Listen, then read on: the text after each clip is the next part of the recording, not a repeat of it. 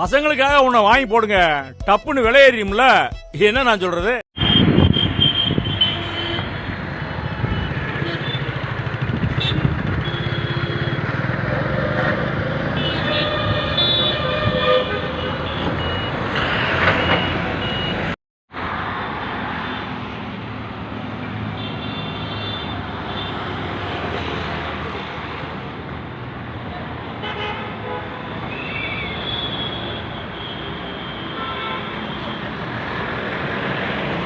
சைட்லேருந்து உள்ள ஒரு ரோடு போகலாம் பக்கத்தில். அந்த ரோடு போனால் நேராக வந்து சிப்காடு 3 கிலோமீட்டர், இங்கேருந்து 3 கிலோமீட்டர்.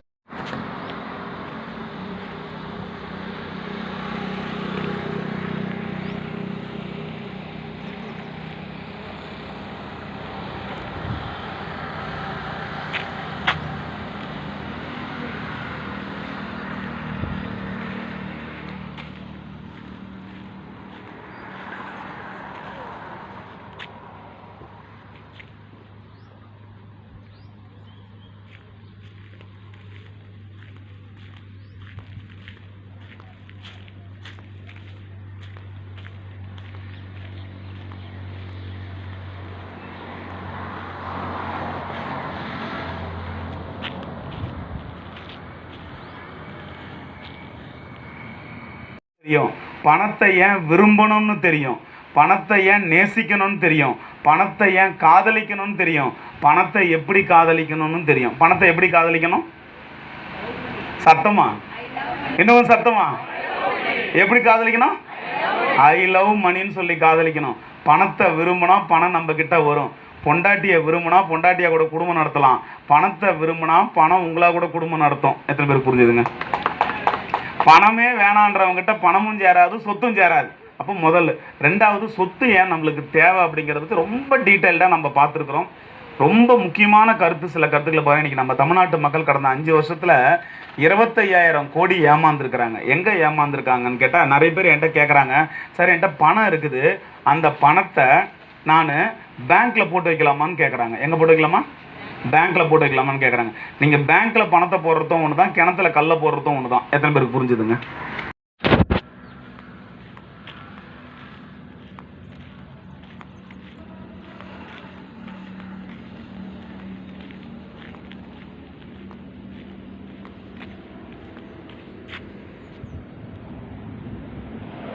என்ன கிடையாதுங்க, வட்டி கிடையாது. கிணத்துல போட்ட கல்லும் ஒன்று தான், பேங்க்கில் போடுற பணமும் ஒன்று தான். ஏன்னா எதுவும் வளர்றது கிடையாது. ஏன்னா ஒரு வருஷத்துக்கு 7.5% வந்து விலைவாசி ஏறுது. இன்றைக்கி ஒரு பொருளை நான் 1 லட்ச ரூபா கொடுத்து வாங்குறேன்னா அடுத்த வருஷம் அதே பொருளை 1,07,500 கொடுத்து வாங்குறேன். ஆனால் 1 லட்ச ரூபா பேங்க்கில் போட்டு வச்சா பேங்க் வண்டி 1,06,000 ரூபா வருது. அதில் 6,000 ரூபா நான் எக்ஸ்ட்ரா சம்பாதிச்சிட்டேன்னு கவர்மெண்ட் என்ன பண்ணுறான், 10% டிடிஎஸ் பிடிச்சிக்கிறான் 600 ரூபா. அப்போ கைக்கு வந்தது 5,400 ரூபா தான். இப்போ இந்த வருஷம் வாங்கலாம்னு நினச்ச பொருள் அடுத்த வருஷம் போய் வாங்கினா 1,07,500.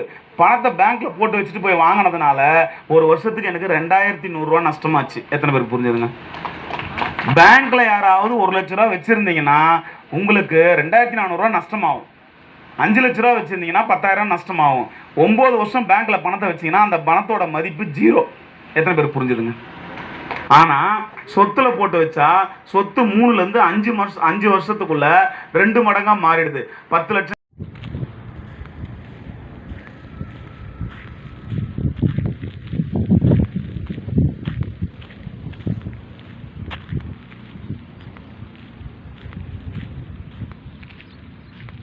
தான் வாங்கி வந்து குத்துக்கிட்டு எனக்கு ரொம்ப அன்புக்கு இது குடும்பத்து மேலன்றமே இது அன்பா?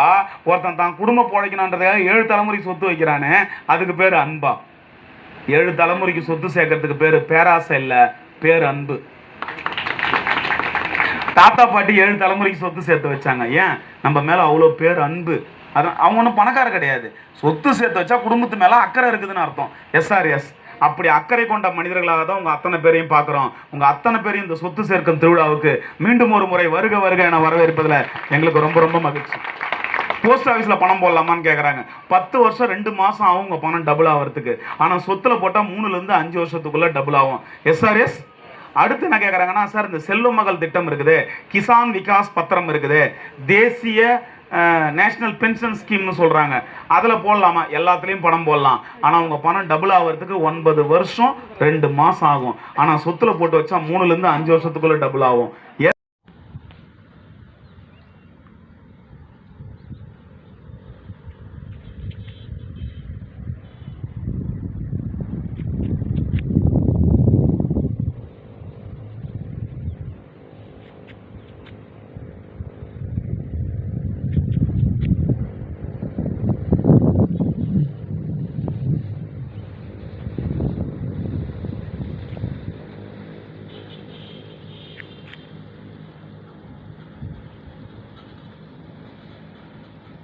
கற்றுக் கொடுத்துருந்தாங்கன்னா எத்தனையோ லட்சத்தை நம்மளால் என்ன பண்ணிருக்க முடியும், காப்பாற்றிருக்க முடியும். ஆனால் கற்று தர்றதுக்கு ஆள் இல்லை, யோசனை சொல்கிறதுக்கு ஆள் இல்லை. நான் மீண்டும் சொல்கிறேன், பணம் உங்களை பணக்காரனாக்காது, ஆனால் ஒரு நல்ல யோசனை உங்களை பணக்காரனாக்கும்.